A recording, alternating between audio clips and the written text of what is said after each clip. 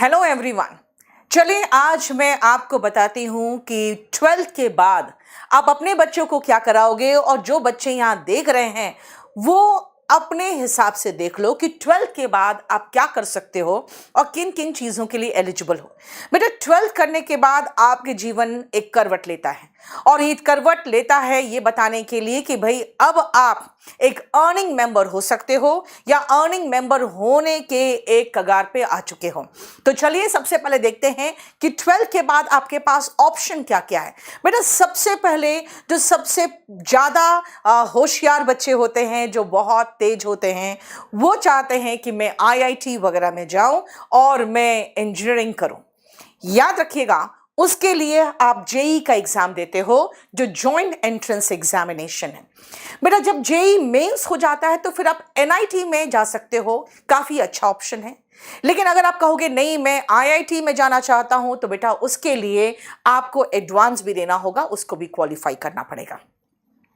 बाकी जो बायोलॉजी लिए रहते हैं वो कहते हैं मैं डॉक्टर बनूंगा, तो बेटा आपके लिए है नीट।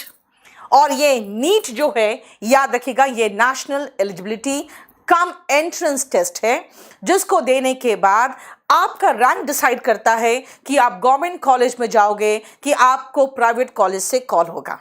और गवर्नमेंट कॉलेजेस भी एक बहुत अच्छे लेवल के होते हैं, उसके बाद कुछ मीडियम लेवल के होते हैं। तो आपका मार्क्स डिसाइड करेगा कि आपको सबसे चुनिंदा कॉलेज में एडमिशन मिलने वाला है कि आपको प्राइवेट कॉलेज से कॉल आने वाला है। हालांकि डॉक्टर बन के निकलोगे। और याद रखिएगा, ये दोनों जो ऑप्शंस होते हैं वो उन बच्चों के लिए होते हैं, नीट जेई उन बच्चों के लिए होते हैं जो बच्चे बहुत मेरिटोरियस होते हैं, और जो मैथ्स लिए रहते हैं 12th में वो जेई देखते हैं, जो बायोलॉजी लिए रहते हैं वो नीट देखते हैं। कुछ बच्चे होते हैं जो थोड़े मीडियोकर होते हैं, वो चुनते हैं बी फार्मा, और वो भी मेडिसिन लाइन में ही जाते हैं, लेकिन एग्जैक्टली डॉक्टर्स नहीं बनते, वो फार्मेसी वगैरह देखते हैं। अब आती हूं मैं कि जो और मीडियोकर बच्चे हैं वो कहाँ जाएंगे, उनको भी बीटेक करने का शौक है। तो इंडिया में बहुत सारे कॉलेजेस हैं जो आपको बीटेक की डिग्री दे सकते हैं। हालांकि कुछ सालों पहले इसकी भरमार इतनी अधिक हो गई थी कि बीटेक ही बीटेक दिखता था और नौकरी नहीं थी। हालांकि बहुत सारे उसमें से कॉलेजेस बंद हो चुके हैं, और जो बीटेक है, बीटेक आपको एक बीटेक की डिग्री दे देगा। उसके बाद फिर आपको नौकरी के लिए या उसके आगे फिर एग्जामिनेशन के लिए आपको कोशिश करनी पड़ेगी।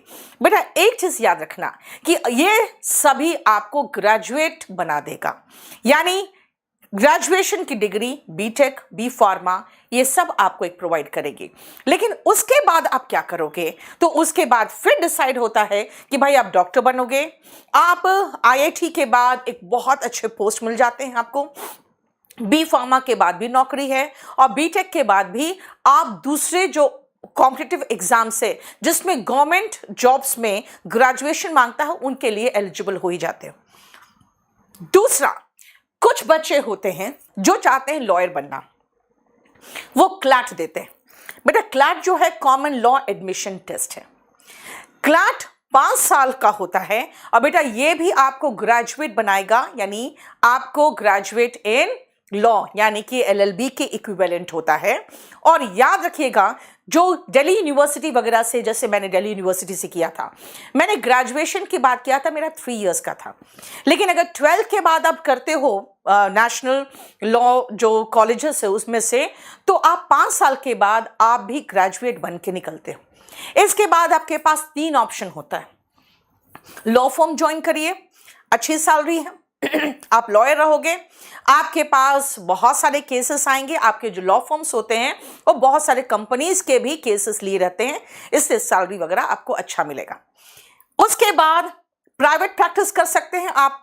जब अपने शहर के आप किसी भी कोर्ट में जाके देखिए, जो लॉयर्स होते हैं वो या तो अब 3 इयर्स या तो फिर 5 इयर्स का जरूर उन्होंने किया हुआ है डिग्री, तब जाके वो लॉ प्रैक्टिस कर रहे हैं। तीसरा एक बहुत अच्छा और ऑप्शन है, वो है आप जज बन जाइए। तो जज बनने के लिए आपको जुडिशरी का एग्जाम देना पड़ता है, ये आपको पता होना चाहिए। यानी कि आपके पास जब एक लॉ की डिग्री हो जाती है तो आप एलिजिबल हो जाते हो जुडिशरी का एग्जाम देने के लिए। तो डिफरेंट स्टेट्स के जुडिशरी के एग्जाम्स के पेपर्स निकलते रहते हैं, वैकेंसीज निकलता है, आप भरिए। यूपी, बिहार, राजस्थान और दिल्ली, यहाँ पे मेरे साथ पढ़े हुए कई ऐसे लॉयर्स हैं जो आज जज बने हुए हैं। तो ये भी बहुत अच्छा, बहुत पावरफुल पोस्ट है, बहुत अच्छा पोस्ट है। इसके अलावा आप बैचलर ऑफ बिजनेस एडमिनिस्ट्रेशन यानी बीबीए कर सकते हैं। आप कंप्यूटर में कर सकते हैं बैचलर्स, बीसीए कर सकते हैं। आप होटल मैनेजमेंट करके होटल में एक बहुत अच्छे जो 5 स्टार होटल्स होते हैं उसके भी मैनेजर के पोस्ट के लिए ये सब वैकेंसीज निकलती है, तो फिर आप बीएचएम हो सकते हैं। आप जर्नलिज्म करके जर्नलिस्ट बन सकते हैं, और आपको पता है जर्नलिस्ट आज कितना ज़्यादा रेस्पेक्टेबल जॉब है और इसके कितने ज़्यादा आपके पास ऑप्शंस है। चाहे अपना यूट्यूब चैनल खोलो, चाहे किसी दूसरे जो बहुत अच्छे हमारे नेशनल चैनल्स है उसमें जाके जॉब करिए, और आप सीए का फाउंडेशन एग्जाम भी दे सकते हैं। यानी कि अब आप आगे चल के सीए भी बन सकते हैं। ये आपके पास ऑप्शंस है। इसके अलावा अगर मैं कहूं तो बेटा बहुत सारे ऐसे बच्चे होते हैं जो लोअर मिडिल क्लास फैमिली से या मिडिल क्लास फैमिली से होते हैं।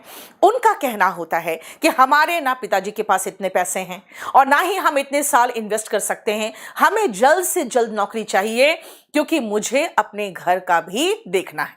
तो इसकी तैयारी भी बहुत बढ़िया तरीके से आप करके दे सकते हैं।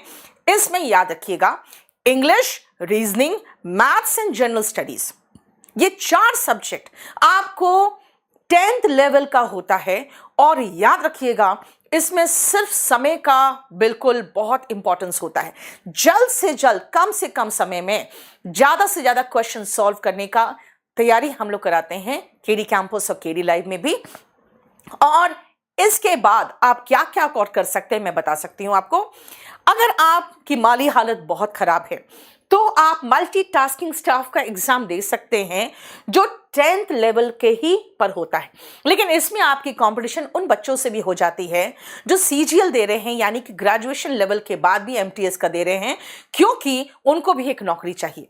सबको एक प्रतिष्ठित सरकारी नौकरी चाहिए, लेकिन उसके पहले एक नौकरी तो चाहिए, इसीलिए इसमें बहुत ज्यादा कंपटीशन हो जाता है। सेम केस होता है सीएचएसएल का। इसका आपकी एलिजिबिलिटी जो है सिर्फ 12th है, लेकिन इसमें भी एग्जाम सारे बच्चे देते हैं जो भी ग्रेजुएट्स हो वो भी, क्योंकि सीएचएसएल में भी सेम सिलेबस है। सीजीएल के हिसाब से देखा जाए तो एमटीएस और सीएचएसएल दोनों में वही सिलेबस है। तो जिन बच्चों की नौकरी नहीं लगती है वो सीजीएल भी देते हैं, सीएचएसएल भी देते हैं, एमटीएस भी देते हैं, ये ध्यान रखिएगा। और याद रखिएगा जो जीडी है इसकी वैकेंसी बहुत ज्यादा निकलती है, लेकिन ये डिपेंड करता है गवर्नमेंट पे कि वो कितनी वैकेंसी निकालती है। इसका जो एलिजिबिलिटी है वो 10th है। इसमें आपको हिंदी या इंग्लिश दोनों में से एक चुनने का ऑप्शन मिलता है।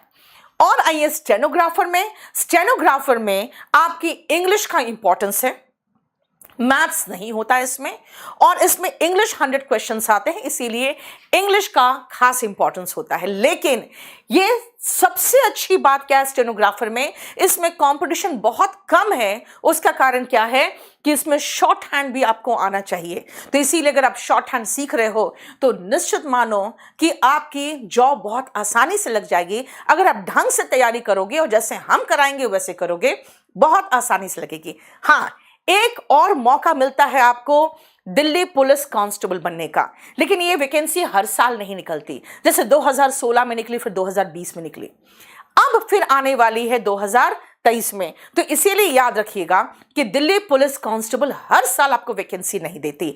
ये आपके पास ऑप्शंस है जो मैंने आपको बता दिया कि ये सारे ऑप्शंस आपको मिलते हैं कि आप 12th के बाद किन चीजों की तैयारी कर सकते हो और कैसे अपना भविष्य बना सकते हो। Thank you so much.